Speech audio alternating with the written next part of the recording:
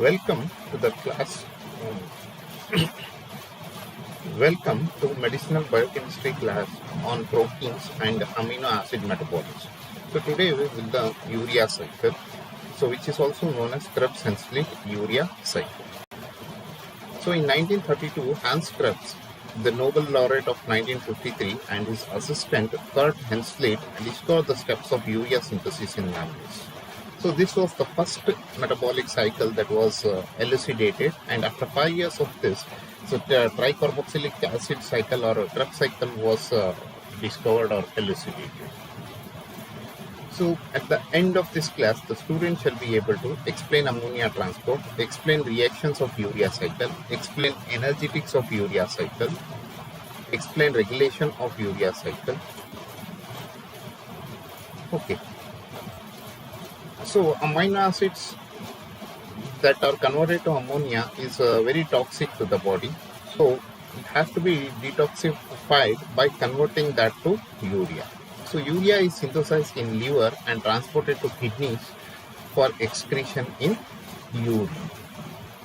So this cycle is known as Krebs-Henschel urea cycle, and it is also known as ornithine cycle because ornithine is the starting compound of this urea cycle reactions.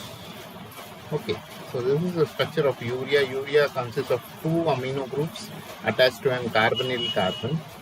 So the two nitrogen atoms of urea are derived from two different sources, one from ammonia and the other directly from alpha amino group of aspartic acid.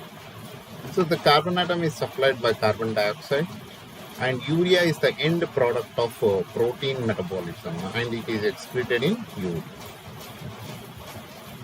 So urea accounts for 80 to 90% of the nitrogen containing substances that is excreted in urine. So urea synthesis is a 5-step cyclic process with 5 distinct enzymes catalyzing this at different steps. So the first 2 enzymes are present in the mitochondria while the rest are localized in the cytosol. So the first 2 reactions happen in mitochondria and the remaining 3 reactions happen in cytosol. So the first thing is ammonia transport. So how ammonia is transported from different parts of the body to liver, because this urea cycle happens in liver. Ammonia is produced from amino acids, that is by transamination and deamination reaction that we have discussed in your previous class, biogenic amines and amino group of purines and pyrimidines, and by the action of intestinal bacteria on urea, by the action of urease, an intestinal bacteria that acts on urea that liberates free ammonia. So the transport of ammonia between various tissues and the liver mostly occur in the form of glutamine. Glutamine is the end amino acid, after which it is the amino group is transferred from glutamine to form urea. It is released glutamine or alanine, and ammonia is not transported as a free ammonia group inside the body. So alanine is important for ammonia transport for muscle, from muscle to liver. So this happens by a pathway known as glucose-alanine cycle. Okay, what is glucose-alanine cycle? Glucose-alanine cycle or a Cahill cycle was proposed by Mallet, Exton and Park and Fellig and his group of scientists between 1969 and 1970. So in glucose-alanine cycle, so through a series of reactions that happens through a series of reaction in extrahepatic tissues like skeletal muscle.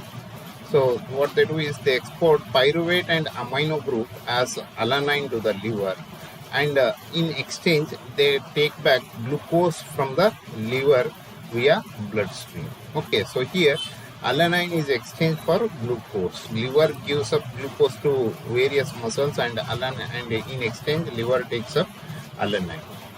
Okay.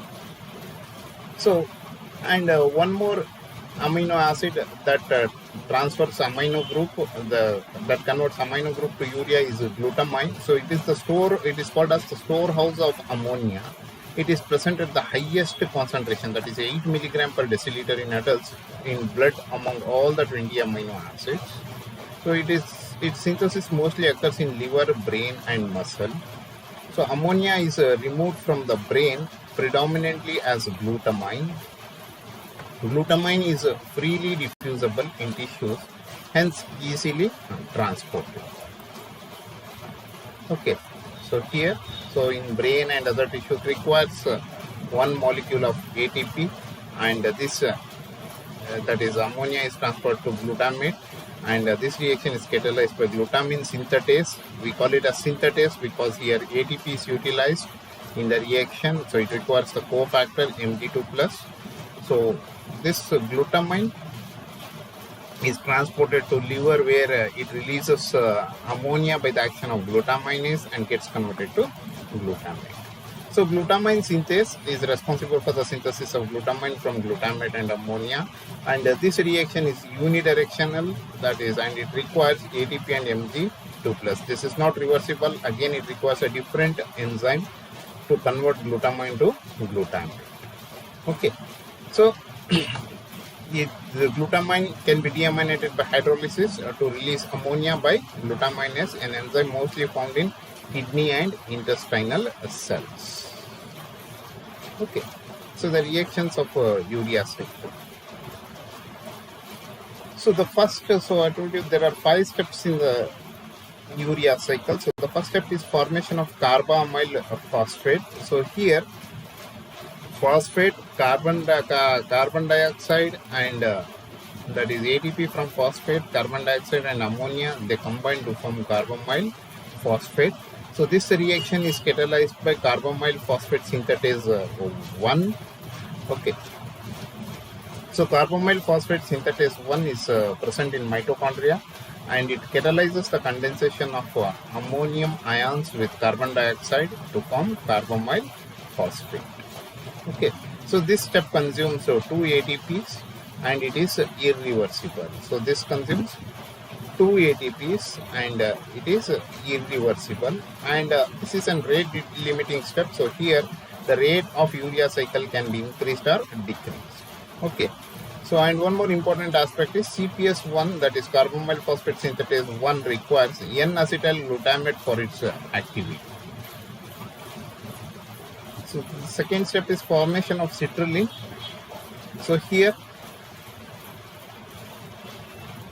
ornithine, so the end product of urea cycle will again act as a first reactant. So ornithine will combine with the carbamyl phosphate and it will form citrulline. So here the phosphate group is eliminated and amide group is attached to the that is ammonium ion that is present on the top, that is on the 5th carbon of the ornithine. Okay, so amide group is attached and this ornithine is converted to citrulline. So this reaction is catalyzed by ornithine transcarbamylase. Okay, so this also happens in mitochondria, and citrulline is synthesized from carbamyl phosphate and ornithine by ornithine transcarbamylase. So ornithine is regenerated at the end of the pathway, and again it is reused, and citrulline is transported to cytoplasm by a transporter system, and citrulline is neither present in tissue proteins nor in blood, but it is present in milk. Okay, so third step is formation of adenosine. So this happens in cytoplasm. Citrulline combines with aspartate. So and aspartate group is transferred to the place where amide group was present. So here, so the amide group is removed and aspartate is attached. Okay, so it will form adenosine. Again here ATP is converted to AMP. So adenosine synthesis is the enzyme that catalyzes this reaction. So citrulline condenses with aspartate to form adenosine. So this is catalyzed by the enzyme adenosine synthase. Okay, the second amino group of urea is incorporated in this step. It requires ATP and it is cleaved to AMP and PPI. So here 2 high energy bonds are required, and immediately broken down into inorganic phosphate. So conversion of arginosuccinate to arginine. Okay, so here arginosuccinate molecule is broken or cleaved at this position. So and this gets converted to arginine. Okay, so here this reaction is catalyzed by arginosuccinate lyase, and the fumarate group is removed. Okay, so the fumarate group is removed during cleavage. So the enzyme arginosuccinase or arginosuccinate lyase cleaves the arginosuccinate to arginine and fumarate. Fumarate is further can be utilized as an intermediate of TCA cycle. So and so hence this fumarate provides a connecting link with TCA cycle, or and it can also be utilized in gluconeogenesis. So the next, the final step of this pathway is formation of urea. Arginine by the action of arginase releases urea. So it requires one molecule of water, and ornithine is regenerated and it is reused. So arginase is the fifth and final enzyme that leaves arginine to yield urea and ornithine. Ornithine is regenerated and it enters the mitochondria for its reuse in the urea cycle. Arginase is activated by cobalt and manganese ions. So ornithine and lysine they compete with arginine to inhibit this pathway.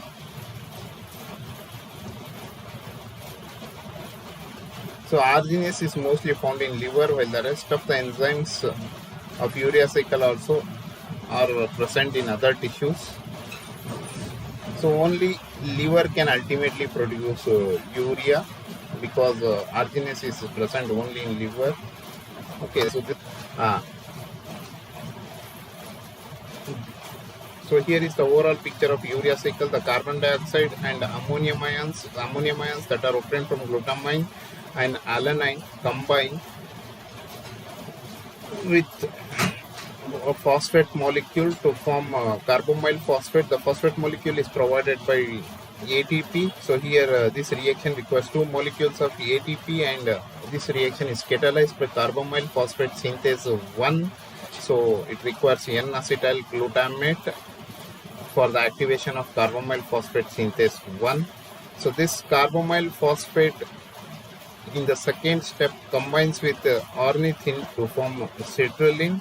So it requires ornithine transcarbamylase as a catalytic enzyme, and these two reactions happen in mitochondria. So then citrulline is transported outside the mitochondria into cytoplasm, where the rest of the enzymes of urea cycle are present. So citrulline combines with aspartate to form arginosuccinate. Here ATP is converted to AMP. So arginosuccinate is cleaved to release fumarate by the action of arginosuccinase enzyme. So it forms arginine.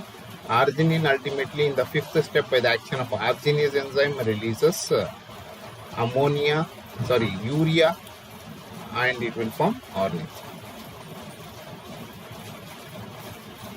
Okay, so the energetics of urea cycle. So the overall reaction may be summarized as ammonia combining with carbon dioxide plus aspartate. So these are the three things that join to form urea. So one ammonia from glutamine, one nitrogen, one amino group from aspartate, plus carbonyl carbon from carbon dioxide, it will form urea plus fumarate.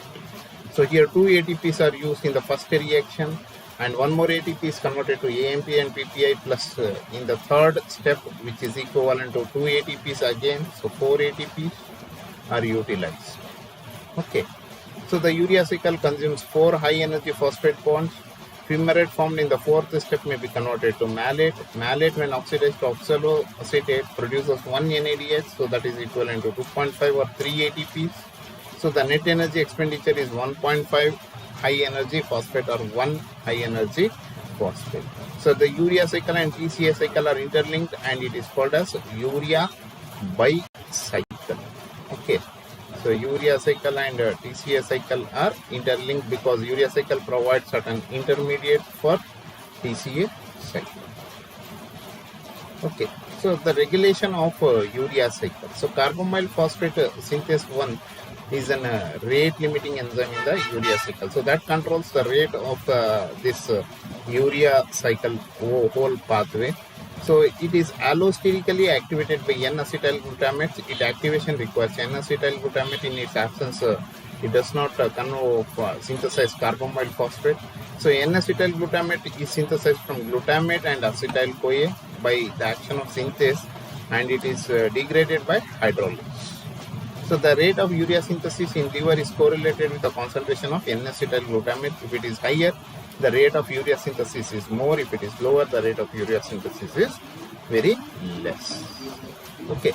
So high concentration of arginine increase N-acetyl glutamate. So the consumption of protein-rich meal increases the level of N-acetyl glutamate. So promoting for the more synthesis of urea. So this leads to enhanced urea synthesis. So CPS1 and glutamate dehydrogenase 1 are present in mitochondria. So they coordinate with each other in the formation of ammonia and its utilization for urea synthesis. Okay. So in summary, so the transport of ammonia between various tissues and liver occurs in the form of glutamine or alanine and not as free ammonia. So the synthesis of carbamyl phosphate catalyzed by the enzyme CPS1 is the rate limiting step of the urea cycle. So CPS1, that is carbamyl phosphate synthetase 1, is activated by N-acetyl glutamate, and urea synthesis occurs through a cycle of 5 reactions starting from carbamyl phosphate, and the first 2 reactions occur in mitochondria and the rest 3 reactions occur in cytoplasm. So finally, so the capacity to learn is a gift, the ability to learn is a skill, but so these 2 things can be acquired if you are really willing to learn. So the willingness to learn is a choice, and so you should have a strong desire or willingness to learn. Then so the capacity and ability, definitely it is going to improve. Okay, finally, happy learning. Thank you.